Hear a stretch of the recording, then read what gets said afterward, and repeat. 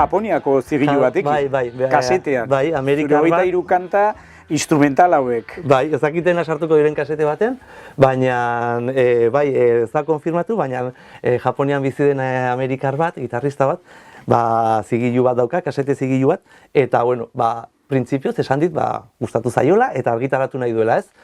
Baina erraten dizuten bezala, argitaratu izan ditut gauzak Portugaleko zigilu batean, Ameriketan argitaratu nuen kasete bat, eta bueno, diska honekin pentsatu nuen, nahi nuela ere bai probatu kanpoan ere entzutea edo ez. Gitarra hainbat daukagu hemendik. Zer da gitarra zuretzako? Zer harrema daukazu gitarrarekin?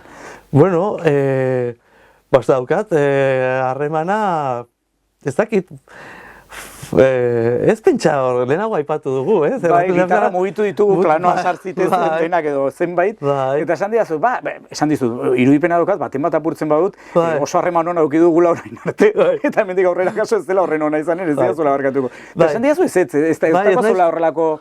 Ditut pila bat, eta baina uste dut ez dela izela sobera materialista ere, eta ez dakit, igual aldatuko nituzke denak, batzuk soinu sona daukat eta hori kosta zait lortzea, azkenean ibiltzen zara saldu erosi, lortzeko soinua, ez? Gu, uste dut, azkenean ibiltzen gara soinuaren bilagoaz, ez? Eta gitarrak, izaten dira, kanalizatzeko instrumentuak, ez? Eta orduan niri gitarra batek eman behar didana da, soinua ere bai, nik behatzetan edo ematen diotena, hori ongi kanalizatzeko,